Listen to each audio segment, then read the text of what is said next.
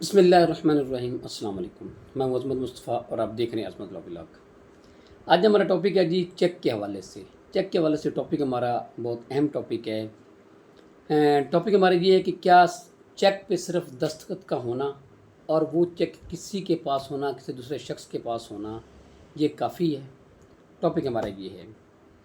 इससे मुराद ये है जी कि अगर चेक कोई शख्स किसी को साइन करके और उस पर अमाउंट लिख के किसी को जेन्युइन चेक दे देता है, तो जिस शख्स को चेक दिया जाता है, जिस शख्स के पास चेक होता है, तो क्या वो इसी सूरत हाल में चेक को बग़ैर बैंक में पेश किए उसको डिसऑनर स्लिप लगवाए वो उस शख्स के ख़िलाफ़ जिसने चेक दिया होता है वो कार्रवाई करवा सकता है।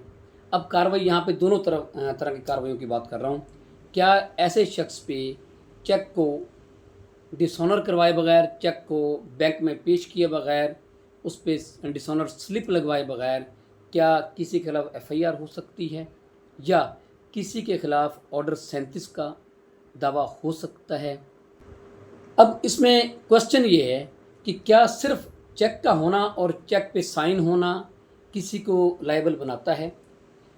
इसमें सबसे पहले है जी कि हाई कोर्ट का बड़ा अहम फैसला है इस पॉइंट पे, और वैसे भी कि जब तक चेक डिसऑनर ना हो, चेक को बैंक में पेश ना किया जाए, उसको इनकैशमेंट के लिए उसको बैंक में पेश ना किया जाए, तो उस पे अगर उस चेक के उस अकाउंट में पैसे नहीं हैं और उस अकाउंट पे डिसऑनर स्लिप नहीं लगती, उस वक्त तक किसी भी शख्स के ख़िलाफ़ कोई कार्रवाई ना फौजदारी हो सकती है और ना ही दीवानी कार्रवाई हो सकती है। इसमें ये बात ज़हन में रखिएगा कि भले किसी ने चेक जो है वो बदनीति से दिया हो, उसने इस नीयत से दिया हो कि मैंने पैसे नहीं देने, और उसको देने वाले को ये भी पता हो कि मेरे अकाउंट में पैसे नहीं हैं, और देने वाले को, चेक देने वाले को ये भी पता हो कि मेरा अकाउंट बंद है और वो बदनीति से चेक दे रहा हो, तो किसी के पास सिर्फ चेक होना, चेक पे अमाउंट भी लिखी हुई हो, चेक पे साइन ही हुए हों उस पर, उसके बावजूद अगर ऐसी सूरत हाल है और अगर जिसके पास वो चेक होता है, अगर वो चेक जो है वो बैंक में पेश नहीं करता, उस पर डिसऑनर स्लिप नहीं लगवाता, तब तक वो शख्स जिसके पास चेक होता है ना वो फौजदारी कार्रवाई करवा सकता है उस मुल्ज़म के ख़िलाफ़ जिसके खिलाफ वो इल्ज़ाम लगाना चाहता है, और ना ही वो ऑर्डर 37 का दावा दायर कर सकता है, रिकवरी सूट फाइल कर सकता है। अब इसमें लॉजिक क्या है? देखिए जी, किसी के पास चेक होना किसी को ये ज़ाहिर तो नहीं करता कि ये बदनीति की वजह का। आपको कब पता चलेगा कि ये चेक जो है ये बदनीति से दिया गया था, ये जालसाजी से दिया गया था, इसमें इस नीयत से दिया गया था कि हमने पैसे नहीं देने।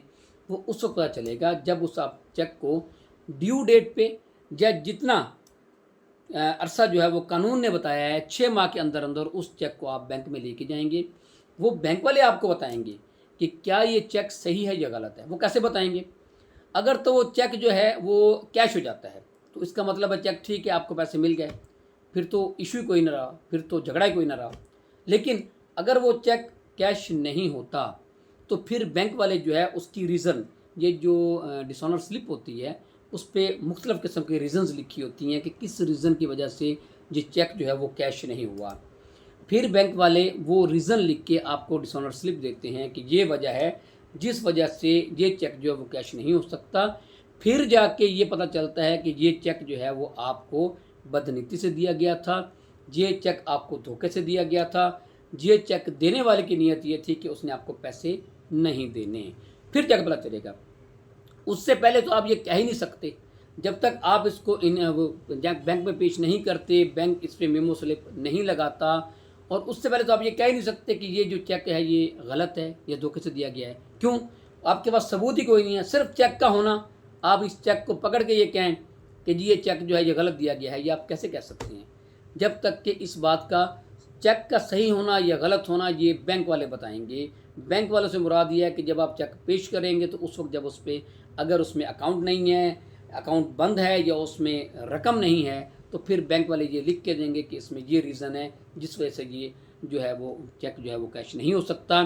फिर आपका काज ऑफ एक्शन पैदा होगा सिविल हवाले से भी, और फिर आपका ऑफेंस बनेगा उस वक्त जो है ना, जब उसने चेक दिया ना। ऑफेंस तो ये क्रिएट हो जाता है, ऑफेंस तो मेड आउट हो जाता है उस वक्त जब उसने चेक दिया हो, लेकिन